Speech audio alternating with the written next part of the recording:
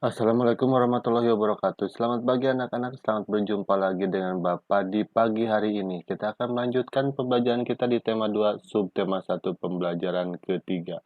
Oke, seperti biasa ya, sebelum pembelajaran kita harus mengetahui dulu apa tujuan pembelajaran kita hari ini. Ada 4 tujuan pembelajaran kita hari ini, di antaranya yaitu yang pertama, setelah membaca informasi tentang tumbuhan dan habitatnya, kalian mampu menyebutkan cara tumbuhan beradaptasi dengan tepat. Yang kedua yaitu setelah melakukan pengamatan, kalian mampu membuat laporan tentang cara tumbuhan beradaptasi dan melindungi diri dari lingkungannya dengan benar. Yang ketiga yaitu setelah membaca teks tentang tokoh proklamasi kemerdekaan, kalian mampu menyebutkan informasi penting menggunakan aspek 5W plus 1H dengan tepat. Dan yang keempat yaitu setelah berdiskusi, kalian mampu mengembangkan informasi pada peta pikiran melalui tulisan dengan detail. Oke, langsung saja ke pembahasan. Pagi ini, Udin dan teman-temannya sedang bekerja sama untuk mengumpulkan informasi tentang tanaman dan habitatnya. Mereka berdiskusi dan mencatat semua hasil pengamatan. Meskipun mereka berasal dari latar belakang yang berbeda, namun perbedaan tidak menghalangi mereka untuk belajar bersama untuk melengkapi informasi. Mereka pergi ke perpustakaan umum dan menemukan informasi tentang tumbuhan dan habitatnya. Berikut merupakan informasi yang berhasil mereka peroleh. Pohon bambu mempunyai ciri khusus, yaitu mempunyai bulu-bulu halus yang tajam. Bulu yang tajam terdapat pada batang. Bulu tersebut melekat kuat dan dapat menyebabkan gatal. Tumbuhan beradaptasi untuk mempertahankan hidupnya. Adaptasi adalah ciri-ciri khusus yang dimiliki tanaman atau tumbuhan untuk hidup pada tempat atau daerah tertentu. Berdasarkan habitatnya, tumbuhan dibagi menjadi 3 jenis. Oke, kita sebutkan saja ya satu-satu. Jenis-jenis apakah itu? Yang pertama yaitu hidrofit.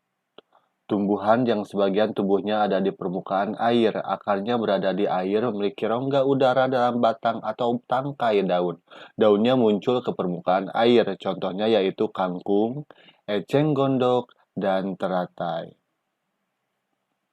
Yang kedua yaitu hygrofit, tumbuhan yang hidup di daerah lembab. Tubuhnya terdiri atas bagian-bagian akar, batang, dan daun. Batangnya pada umumnya tidak tampak karena terdapat di dalam tanah.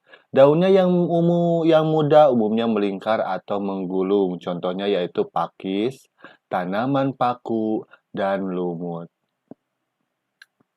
Yang ketiga yaitu xerophyt, tumbuhan yang hidup di daerah kering. Tumbuhan ini memiliki daun tebal, sempit, kadang-kadang berubah bentuk menjadi bentuk duri, sisik, atau bahkan tidak mempunyai daun. Batangnya tebal dan mempunyai jaringan untuk menyimpan air. Akarnya panjang. Contohnya yaitu kaktus dan lidah buaya. Oke, itu merupakan 3 jenis tumbuhan ya berdasarkan dengan tempat hidupnya. Untuk dapat bertahan hidup, tumbuhan perlu menyesuaikan dan melindungi diri. Bagaimana tumbuhan tersebut dapat beradaptasi dengan lingkungannya? Mari kita cari tahu bagaimana cara tumbuhan menyesuaikan dan melindungi dirinya. Cara tumbuhan menyesuaikan diri diantaranya yaitu yang pertama eceng gondok. Batang menggembung untuk mengapung di permukaan air. Yang kedua, kantong semar mengeluarkan cairan manis untuk menarik serangga. Dan yang ketiga, jati dan mahoni menggugurkan daun untuk mengurangi penguapan. Selanjutnya yaitu tebu dan jagung menggulung daun untuk mengurangi penguapan. Selanjutnya yaitu kaktus. Daun menyerupai duri, batang tebal menyimpan air dan akar panjang. Dan yang terakhir yaitu teratai. Daun lebar dan tipis, batang berongga dan akar panjang. Selanjutnya yaitu cara tumbuhan melindungi diri, di antaranya yaitu ada mawar. Mawar memiliki batang yang berduri. Yang kedua yaitu kamboja. Kamboja mengeluarkan getah yang lengket. Yang ketiga yaitu belimbing. Buah muda terasa sepat agar tidak dimakan hewan. Selanjutnya yaitu salak, batang dan kulit buah berduri. Selanjutnya yaitu putri malu, memiliki batang yang penuh dengan duri. Dan yang terakhir adalah bambu, memiliki bulu-bulu halus yang menyebabkan gatal. Itulah cara tumbuhan melindungi dan menyesuaikan diri terhadap lingkungannya. Sekarang tugas pertama kalian yaitu 1. Apa yang dimaksud dengan adaptasi?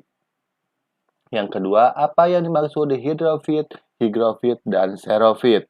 Yang ketiga, sebutkan contoh tumbuhan hidrofit, higrofit, dan xerofit. Yang keempat, tuliskan dua contoh tumbuhan yang dapat menyesuaikan diri dengan lingkungannya. Ini yang ada di sekitar kalian saja ya. Dan yang terakhir yaitu tuliskan dua contoh tumbuhan yang dapat melindungi diri terhadap lingkungannya. Ini pun sama, cari tumbuhan yang paling dekat dengan kalian yang kalian tahu kemudian kalian tuliskan. Hasilnya seperti biasa, japri ke Bapak ya. Itu merupakan pembahasan IPA dan selanjutnya kita akan membahas tentang IPS. Proklamasi Kemerdekaan Indonesia memberi makna yang sangat penting bagi bangsa Indonesia. Sejak teks proklamasi kemerdekaan dibacakan, rakyat Indonesia memiliki negara merdeka, berdaulat, dan bermartabat. Tonggak sejarah tersebut tidak akan terjadi apabila tidak ada anak bangsa yang berani memproklamirkan kemerdekaan. Mereka adalah pejuang bangsa yang tidak boleh dilupakan. Berikut adalah para pejuang bangsa yang telah berjasa terhadap kemerdekaan negara Indonesia. Oke, kita sebutkan saja satu persatu. Siapa sajakah mereka? Yang pertama yaitu Insinyur Soekarno. Insinyur Soekarno merupakan salah satu orang yang berjasa dan mendirikan negara Republik Indonesia sebagai negara berdaulat. Bung Karno lahir di Blitar, Jawa Timur 6 Juni 1901 dan meninggal di Jakarta 21 Juni 1970. Bung Karno menyusun teks proklamasi di rumah Laksamana Tadasi Maeda bersama Bung Hatta dan Mr. Ahmad Subarjo. Ia kemudian menandatangani teks proklamasi atas nama bangsa Indonesia bersama Bung Hatta. Bung Karno membacakan teks proklamasi kemerdekaan Indonesia di kediamannya di Jalan Pegangsaan Timur nomor 56, Jakarta. Yang kedua yaitu Dr. Andes Muhammad Hatta. Dr. Andes Muhammad Hatta atau Bung Hatta lahir di Bukit Tinggi, Sumatera Barat, 12 Agustus 1902. Beliau wafat di Jakarta tanggal 14 Maret 1980 pada usia 77 tahun. Bung Hatta menyusun konsep teks proklamasi bersama Bung Karno dan Mr. Ahmad Subarjo. Ia ikut menandatangani teks proklamasi atas nama bangsa Indonesia bersama Bung Karno. Muhammad Hatta adalah wakil presiden pertama Indonesia. Selain itu, beliau juga adalah bapak koperasi. Selanjutnya yaitu Mr. Ahmad Subarjo. Ahmad Subarjo Jojo Adi Surjo lahir di Karawang, Jawa Barat 23 Maret 1896 dan wafat 15 Desember 1978 pada usia 82 tahun. Beliau adalah Menteri Luar Negeri Indonesia pertama. Ahmad Subarjo merupakan salah satu tokoh dari golongan tua yang berperan dalam mempersiapkan proklamasi kemerdekaan Indonesia.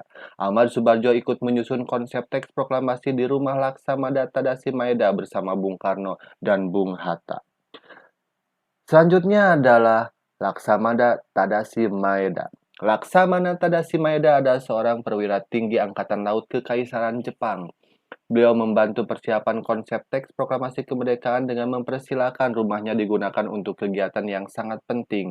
Di rumahnya berkumpul para tokoh bangsa yang berjasa besar. Walaupun beliau orang Jepang, beliau rela membantu Indonesia karena simpati terhadap rakyat Indonesia.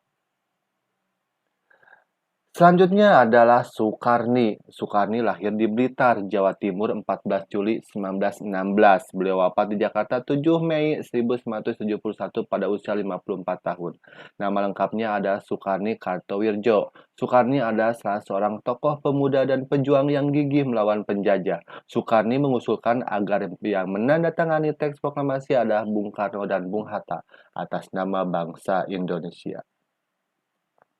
Selanjutnya ada Ibu Fatmawati. Fatmawati yang bernama asli Fatimah lahir di Bengkulu pada tahun 1923 dan meninggal dunia di Jakarta pada tahun 1980. Beliau dimakamkan di Taman Makam Pahlawan di Kalibata, Jakarta. Fatmawati menjahit bendera pusaka Sang Saka Merah Putih yang dikibarkan pada upacara proklamasi kemerdekaan Indonesia di Jalan Pegangsaan Timur nomor 56, Jakarta. Selanjutnya adalah Sayuti Melik. Teks proklamasi kemerdekaan diketik oleh Sayuti Melik. Sayuti Melik adalah tokoh pemuda yang juga sangat berperan dalam proklamasi kemerdekaan Indonesia. Sayuti Melik mengetik naskah proklamasi setelah ia sempurnakan dari tulisan tangan Bung Karno. Nah, itu merupakan tokoh-tokoh yang berjasa dalam proklamasi kemerdekaan Indonesia. Sekarang tugas kalian yang kedua adalah gunakan 5W plus 1H berdasarkan dari teks proklamasi dan teks-teks tokoh yang telah Bapak bacakan barusan. Tugas yang pertama adalah apa makna penting dari proklamasi kemerdekaan Indonesia? Yang kedua, mengapa Laksamana Tadashi Maeda rela membantu Indonesia, padahal ia merupakan orang Jepang. Yang ketiga, siapa yang mengetik naskah proklamasi? Yang keempat, di mana Bung Karno membacakan teks proklamasi kemerdekaan Indonesia? Dan yang kelima, kapan Bung Karno dilahirkan? Yang terakhir, bagaimana peran serta Bung Karno dalam proklamasi kemerdekaan Indonesia? Itu merupakan tugas kedua kalian. Selamat mengerjakan, tetap semangat, tetap jaga kesehatan. Hanya ini yang dapat Bapak sampaikan di tema 2 subtema 1 pembelajaran ketiga hari ini. Kita berjumpa lagi di pembelajaran selanjutnya. Wassalamualaikum warahmatullahi wabarakatuh.